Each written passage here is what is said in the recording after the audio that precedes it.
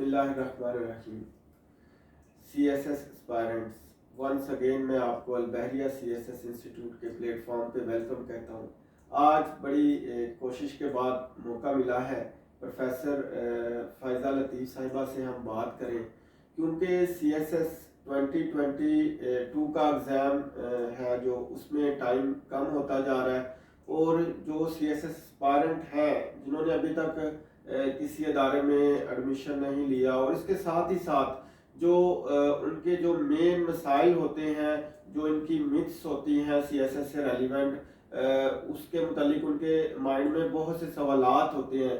जब वो उनके माइंड में रहते हैं तो उनको लेकर होता क्या है, वो उनकी तरफ ज़्यादा ध्यान देते हैं, और जो उनका एक्चुअल जो उनका गोल होता है उसकी तरफ से उनका ध्यान हट जाता है। तो आज हम कोशिश करेंगे कि प्रोफेसर फ़ाइज़ा लतीफ़ साहिबा से हम बात करें और जानने की कोशिश करें ये जो 6 मंथ या 7 मंथ्स रह गए हैं CSS 2022 के लिए, इसमें बच्चों को क्या करना चाहिए, स्टूडेंट्स को कौन सी स्ट्रेटजीज को यूज़ करना चाहिए। और एक और बड़ी इंपॉर्टेंट बात है, ये जो CSS अकेडमीज हैं इनका रोल क्या है, और मैडम अगर अलबहरिया CSS इंस्टीट्यूट में इंग्लिश जो है इंग्लिश कंपोजिशन उसकी मेंटोरशिप कर रही है, तो ये दूसरी एकेडमीज के साथ कैसे इसको कंपेयर किया जा सकता है, और अगर बच्चे एडमिशन लेना चाहते हैं तो वो यहाँ पर क्यों आए। सबसे पहले हम मैडम को वेलकम कहते हैं। मैडम वेलकम, अस्सलाम वालेकुम। अच्छा मैडम, सबसे पहले मैं चाहूँगा आप एक अपना इंट्रोडक्शन दें। आपकी क्वालिफिकेशन क्या है, अगर आप इंग्लिश कंपोजिशन को टीच कर रहे हैं तो इसमें आपकी एक्सपर्टीज़ क्या है और आपका एक्सपीरियंस क्या है। जी, मेरा नाम फ़ाइज़ा लतीफ़ है। जैसे कि सब स्टूडेंट्स जो हैं वो हमारा इंटरेक्शन जो है ये कोई फर्स्ट इंटरेक्शन नहीं है। अलबहरिया CSS इंस्टीट्यूट के प्लेटफॉर्म से हम पहले भी इंटरेक्शन कर चुके हैं, और जो मेरी क्वालिफ़िकेशन है that is MS in applied linguistics from fast national university, और मैं गोल्ड मेडलिस्ट हूँ अप्लाइड लिंग्विस्टिक्स की फील्ड में।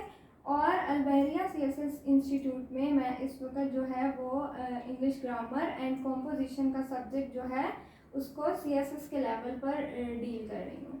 और इसके अलावा जो डिफरेंट बुक्स हैं CSS और PMS या इस तरह के कंपेटिटिव एग्ज़ाम से रिलेटेड, उस पर भी जो है हमारी वर्किंग जो है वो कंटिन्यू है, और जो हमारी 1 to 2 बुक्स हैं वो in the process of publication है। मैडम, हमेशा से मैं इस बात को क्रिटिसाइज खुद से करता हूँ, क्योंकि इस बात का मुझे बाखूबी पता है, मैं इस बात को खुद भी जानता हूँ, मगर मैं चाहता हूँ कि आपसे पूछा जाए, आप बताएं आपका पॉइंट ऑफ व्यू क्या है। मैडम, डिफरेंट एकेडमीज 4-4.5 महीने का ड्यूरेशन देती हैं और कहती हैं जी आए हम सेशन देंगे, जो कि बच्चों के साथ, स्टूडेंट्स के साथ, उनके फ्यूचर के साथ जाती है। तो मेरा तो इसमें मैडम पॉइंट ऑफ व्यू जिस हद तक है वो ये है कि CSS का जो सिलेबस है ऑप्शनल एंड कंपल्सरी, वो तो 4-4.5 महीने में खत्म ही नहीं हो सकता। तो मैडम मैं ये जानना चाहता हूँ आपका क्या पॉइंट ऑफ व्यू है, जो 600 कंपल्सरी है, 600 मार्क्स के ऑप्शनल है, तो इसका एक्चुअल ड्यूरेशन क्या होता है, कितना ड्यूरेशन चाहिए होता है इसका सिलेबस के लिए। जी सर, बहुत अच्छा सवाल है जो आपने जो है वो रेज़ किया। यहाँ पर जो मैं सजेस्ट करती हूँ, ये सजेस्ट करती हूँ कि देखें ये जो 4 मंथ्स का ड्यूरेशन है is just a label, practically जो है it is not possible. Being a language teacher जो है, अगर मैं इस बात को एज अ लैंग्वेज टीचर भी सिर्फ एनालाइज करूँ, हम बाकी सब्जेक्ट्स को अभी लीव कर दें, सिर्फ लैंग्वेज पर ही फोकस करें, तो आपकी लैंग्वेज की कोई भी स्किल ऐसी नहीं है जो 4 माह के अंदर आपको तकरीबन हर तरह से लैंग्वेज के लिए प्रिपेयर कर दे।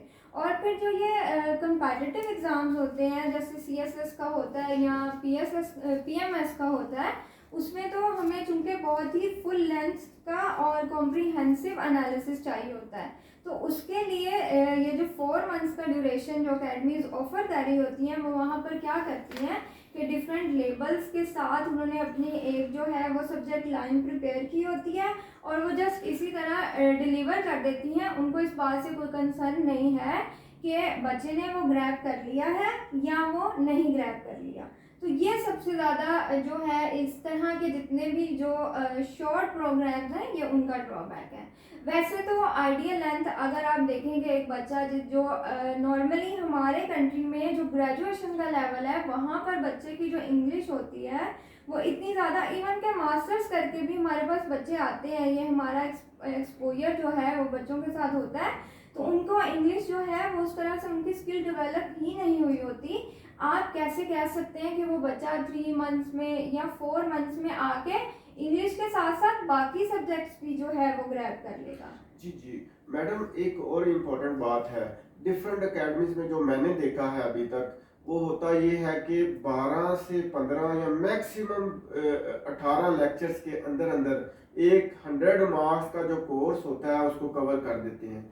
और इसकी कुछ रीजन होती हैं एकेडमीज की हद तक कि वो अपनी कॉस्ट बचाना चाह रहे होते हैं, क्योंकि वो पर आवर पर लेक्चर जो है टीचर्स को पे करते हैं। तो मैडम ये एक बच्चों के साथ ज्यादती होती है, तो मैं ये जानना चाहूँगा फिर अल बहरिया इसको किस तरह देखता है, और यहाँ पर स्टूडेंट को क्या कोर्स कवर करवाया जाता है, अगर करवाया जाता है तो वो क्या तरीकेकार होता है? जी सबसे पहले तो ये कि ठीक है आपने अपनी जो है वो एक सब्जेक्ट लाइन प्रिपेयर कर ली है, एक आपने अपना जो है रोड मैप प्रिपेयर कर लिया है कि जी हमने एक 100 मार्क्स के कोर्स को कितनी देर में या कितने लेक्चर्स में हमने जो है इसको कंक्लूड करना है। लेकिन जो है ये इतना जो है वो प्लेन नहीं होता, इतना जो है वो आप इसे कह सकते हैं रिदमिक नहीं होता कि जी हाँ आपने इतना आइडिया लगाया तो ऐसे ही इस पर हो गया। इस तरह से आप जो 100 मार्क्स का सब्जेक्ट है जिसमें इतने ज़्यादा आपने फीचर्स कवर करने हैं, आप उसको इतने ज़्यादा टाइम टेबल के अकॉर्डिंग मुकम्मल तो कर ही नहीं सकते हमने। और जो हमारा इंस्टीट्यूट है या मेरी जो पॉलिसी है वो ये है कि हमने चूँकि टिल एग्जाम्स बच्चों को लेकर चलना है, तो हम उस तरह से इसको इतना ज़्यादा इसमें प्लान नहीं करते कि जी हम इतने लेक्चर्स ही रखेंगे फिक्स और इससे ज़्यादा।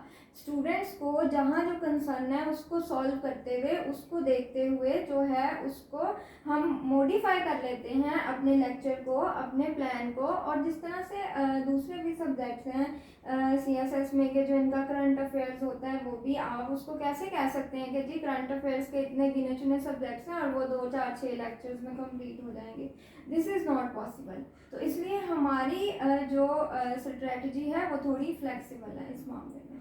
अच्छा, ये तो बहुत ज़बरदस्त है। तो मैडम फिर मैं तो ये पूछना चाहूँगा, आप अपने सब्जेक्ट को कैसे लेकर चलती हैं? इंग्लिश कॉम्पोजिशन, अगर हम CSS को देखें तो CSS के अंदर या तो इंग्लिश है, अगर आपकी इंग्लिश अच्छी है तो आपको नॉलेज की ज़रूरत है।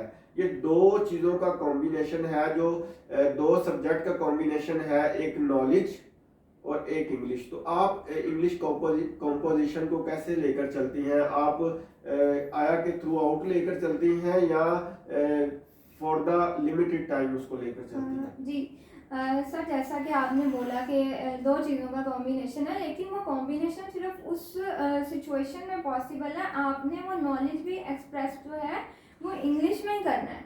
तो ज़्यादा इसका मतलब है फॉरमोस्ट जो आपकी रिक्वायरमेंट है वो तो इंग्लिश ही है।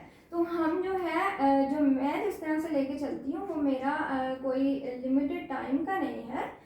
हम इसको थ्रू आउट जहाँ भी बैच हमारा जो 1 ईयर का स्टार्ट होता है 8 मंथ्स का होता है, सबसे कम जो बैच हम लेते हैं that is of 6 months.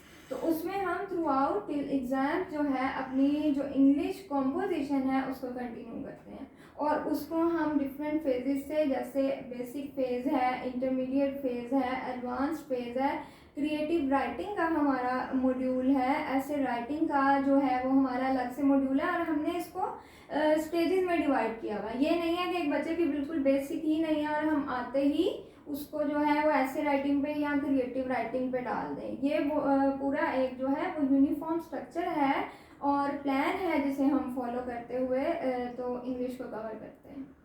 Madam competitive जो एग्जामिनेशन है इसकी प्रिपरेशन में सबसे ज़्यादा इम्पोर्टेंट चीज़, बाकी सब चीज़ें तो अपनी जगह पर हैं, जो भी काम है उसको साथ साथ लेकर चलना है।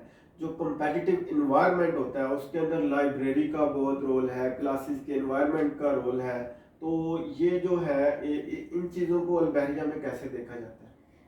जी, बहुत ज़्यादा क्रिटिकल जो बच्चों को ज़रूरत होती है कि जिस तरह पाकिस्तान के सर्कमस्टांसिस हैं, लोगों के घरों में उतनी फैसिलिटीज़ नहीं होती हैं अपनी स्टडी को कंटिन्यू करने के लिए, तो हमारे यहाँ जो लाइब्रेरी है वो ओपन है for whole day.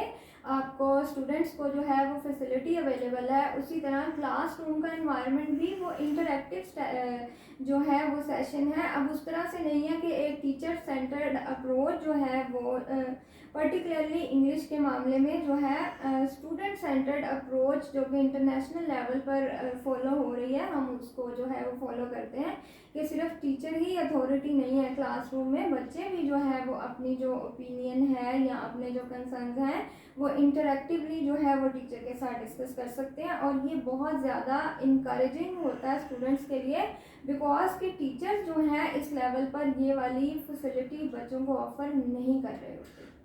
Madam, student की जो तादाद है क्लास के अंदर, अगर तो ये बहुत कम हो तो तब भी कम्पेटिटिव एग्ज़ाम की प्रिपरेशन नहीं होती। अगर बहुत क्राउड इकट्ठा कर लिया जाए, 60-70 बच्चे इकट्ठे कर लिए जाए, वो फिर वो भी जो मकसद है बच्चों के स्टूडेंट्स की प्रिपरेशन का वो फोत हो जाता है।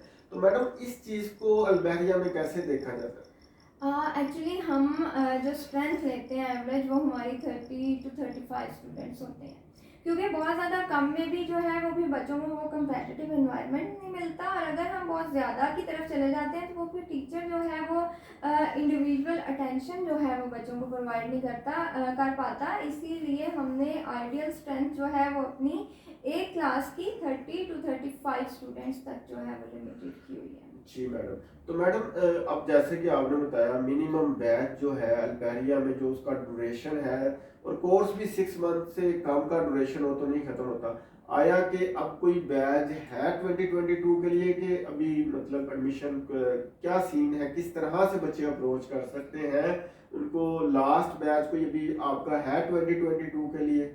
जी सर, बिल्कुल। हमारा जो लास्ट बैच है वो ये अगस्त में हम एंट्री जो है वो ले रहे हैं, लेकिन उसमें भी बहुत सी रजिस्ट्रेशन जो हैं दे आर ऑलरेडी बुक, तो वो भी first come first serve basis पर जो है वो अवेलेबल है। और अगस्त के बाद नेक्स्ट जो है वो हमारा कोई बैच अवेलेबल नहीं है। तो इसलिए अगर स्टूडेंट्स जो इंटरेस्टेड हैं उन्होंने वो अप्रोच करें हमारे ऑफिस में, और जो हमारा अगस्त वाला बैच है वो उसको ज्वाइन कर सकते हैं, क्योंकि जो लास्ट अब ड्यूरेशन है वो वही वाला है, अगस्त से जो ऑनवर्ड स्टार्ट हो रहा है। मैडम, आपका बहुत शुक्रिया, आपने अपने कीमती टाइम में से टाइम निकाला, हमें मौका दिया कि हम इंटरेक्शन कर सके CSS एस्पायरेंट से, PMS एस्पायरेंट से। बिकॉज स्टूडेंट्स जो हैं पूरे पाकिस्तान से एक सेंट्रल लोकेशन पर आते हैं लाहौर में, या ज़्यादातर लाहौर को ही अप्रोच करते हैं। तो जब इतनी दूर से बच्चे हॉस्टल में आते हैं तो अकेडमीज़ में आते हैं, तो हमारी कोशिश होती है कि हम इस तरह की जो है मैसेजेस के ज़रिए स्टूडेंट को राइट डायरेक्शंस पे लेकर जाएं, ताकि उनके कीमती टाइम को सेव किया जा सके और साथ ही साथ उनका फ्यूचर भी जो है वो सेव हो सके। Madam, once again thank you. You welcome sir. अस्सलाम वालेकुम। अल्लाह हाफिज़।